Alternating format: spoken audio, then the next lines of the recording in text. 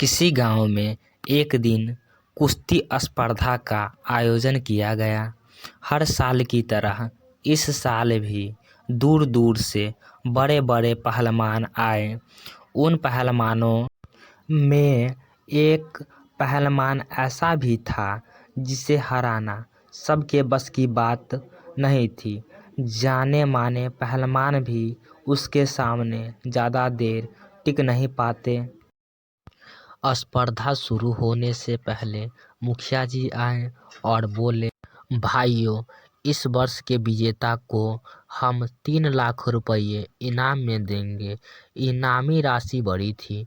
पहलवान और भी जोश में भर आए और मुकाबले के लिए तैयार हो गए। कुश्ती स्पर्धा आरंभ हुई और वही पहलवान सभी को बड़ी बड़ी से चित करता रहा। जब हट्ठे कट्ठे पहलवान भी उसके सामने टिक नहीं पाए तो उसका आत्मविश्वास और भी बढ़ गया और उसने कहा, मौजूद दर्शकों को भी चुनौती दे डाली है। कोई माई का लाल जो मेरे सामने खड़े होने का भी हिम्मत करे, वही खरा एक है। दुबला पतला व्यक्ति यह कुश्ती देख रहा था। पहलवान की चुनौती सुन उसने मैदान में उतरने का निर्णय लिया और पहलवान के सामने जाकर खड़ा हो गया। यह देख वह पहलवान उस पर हंसने लगा और उसके पास जाकर कहा, तू मुझसे लड़ेगा, होश में तो है ना? तब उस दुबले पतले व्यक्ति ने चतुराई से काम लिया और उस पहलवान के कान में कहा, अरे पहलवान जी, मैं कहाँ आपके सामने टिक पाऊंगा। आप ये कुश्ती हार जाओ, मैं आपको इनाम के सारे पैसे तो दूंगा ही और साथ में 3 लाख रुपए और दूंगा। आप कल मेरे घर आकर ले जाना। आपका क्या है, सब जानते हैं कि आप कितने महान हैं। एक बार हारने से आपकी ख्याति कम थोड़ी हो जाएगी। कुश्ती शुरू होती है।